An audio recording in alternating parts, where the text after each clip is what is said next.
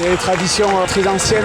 Chaque village a sa course landaise quasiment. Salut, c'est Robin de BFM. Chaque jour, j'ai 3 minutes pour vous raconter l'été 2025. Sujet du jour, les fêtes de village. J'ai posé une semaine de vacances là. Je me suis organisé avec le patron. J'attaque pas à 8h, j'attaque à 10, donc impeccable. Je viens d'arriver à Hamou, dans les Landes, où pendant plusieurs jours, le village de 1500 habitants vit au rythme de la fête. Toute la semaine, il te tarde le week-end parce que tu sais que tu as les fêtes dans tel village. Revoir les têtes qu'on voit pas tout le temps dans l'année, discuter un peu, se refaire le monde. C'est sympa, c'est un moment de convivialité entre tous. Tout le monde se rassemble, les familles, les copains, les amis. Discuter avec les anciens qui ont fait la fête avant nous, qui vont nous apprendre des bons coins et tout ça. Des copains, de l'apéro, des bonnes bandas. C'est meilleur que Noël. Je commence par un rendez-vous immanquable qui attire énormément de monde, à la fois des personnes du village et même des villes alentours. C'est la course landaise. C'est une tradition chez nous de la faire et on va pas manquer ça quand même. Course landaise, donc il y a des écarteurs, ceux qui passent à côté. L'objectif pour les écarteurs, c'est de passer le plus près possible. Allez gens, sur le grand son.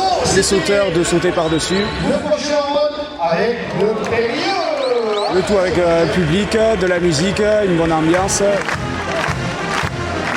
Le basket a fait parvenir 5 € pour Jean de Cassou.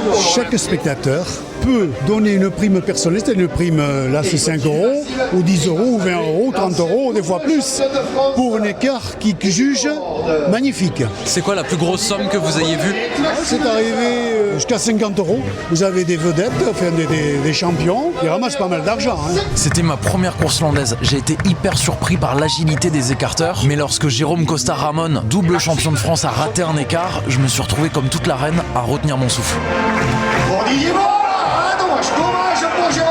Ouh là là là là. Attention. La dernière vache, tout simplement, elle nous a dominé. C'est une vache qui connaît le jeu qu'on lui demande. Elle a été plus vicieuse que nous et c'est pour ça qu'elle nous a attrapés. Aujourd'hui, on peut dire qu'elle a gagné et donc il y aura des prochaines courses où j'espère tenir debout, pas chuter et faire de beaux écarts devant cette vache de respect. Une des particularités de la course landaise, c'est qu'il n'y a pas de mise à mort à la fin de la soirée. Les vaches ont une carrière en fait. Les vaches commencent dans la course landaise et peuvent faire 10 ans de course. Là, après le spectacle, elles vont remonter dans le camion juste ici, vont repartir dans le pré et ce dimanche prochain, elles ressortiront pour un autre spectacle dans un autre village. Et ça tout l'été. Et l'hiver, elles se reposent et elles recommencent l'année d'après. C'est un animal sauvage à qui on a énormément de respect et donc voilà, c'est un affrontement avec elle où on essaie de briller au maximum et de faire les plus jolis écarts possibles.